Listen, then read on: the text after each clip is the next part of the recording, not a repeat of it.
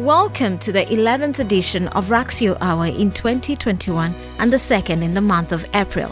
April seems to be in a hurry, but I can assure you we are riding the tide. This week, we have a special feature from Mike Davis, the President and Chief Operating Officer, American Chamber of Commerce, AmCham, and Director of Veritas Investments with special focus on American businesses invested in Uganda. Mike's main goal is to establish an infrastructure that will allow an ecosystem of American and American-related businesses like Raxio to interact and develop mutually beneficial relationships. We asked Mike Davis a number of questions in relation to his role at AmCham and Veritas Investments, as well as Raxio Data Center's membership to the association as an American-owned firm. My name is Mike Davis. I am the president of the American Chamber of Commerce of Uganda. I'm an American. I've been here for about 8 years now. I am also an investor here. I invest in multiple businesses, and I'm also the chief operating officer of Veritas Investments Group, which is an investment firm in Uganda, a local investment firm where we invest in different things here. Well, it's an investment firm, and we bring different properties to Uganda and invest in different sectors. So, for example, we have an FMCG distribution company. We have an ISP, an internet service provider. We also invest in hospitality, invest in other like restaurants such as Pizza Hut. We also have brought manufacturing here, so we manufacture food products, we manufacture fast-moving consumer goods also in Uganda, and then obtain investment from outside and then work locally to do that. Well, first, I work with, I represent Ugandan and Indian partners, and so I run the day-to-day operations of their businesses. So they are Ugandan. From my side, though, I invested in Uganda. I came to Uganda primarily because it's the center of East Africa. If you look at the growth of where the future of growth will be in East Africa, it's also on the roads, the internet, the network and telecommunications industry will be focused on the center, not just on the borders like it is now. So things will be becoming more to the center. The population growth is mostly in eastern DRC, southern Sudan, western northern Uganda, where the majority of the population lives. So it's an easy place to be here, where the connectivity to the central region is much easier within the inside of Africa, so to speak. Well, the American Chamber of Commerce of Uganda, AmCham, is about 14 years old now, 13 years old, and we're about 60 members. I was elected president a couple years ago. We represent American businesses and businesses interested in working with American companies here in Uganda. The primary focus is policy development and working with the Ugandan government to help develop adequate policies that help foreign investment rather than deter foreign investment.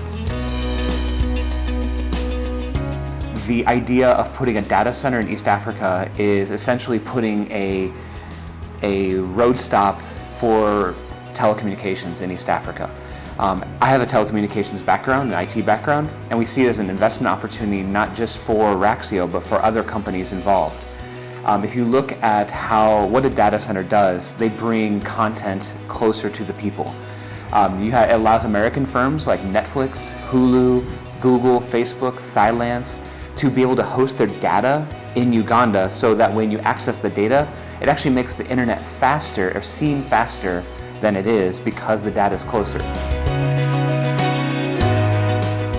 Well, we see it from, for example, an internet service provider can have easier access and use less data going out of the country than before. So, for example, an internet service provider like an Africell or a Somba, which are our members and American-owned, they are able to access like a Netflix here in Uganda, use data within the country to access that content, deliver it to the customers, rather than them paying overseas for that same data and costing more. Therefore, the internet prices will come down over time, pending the government's interventions for taxes.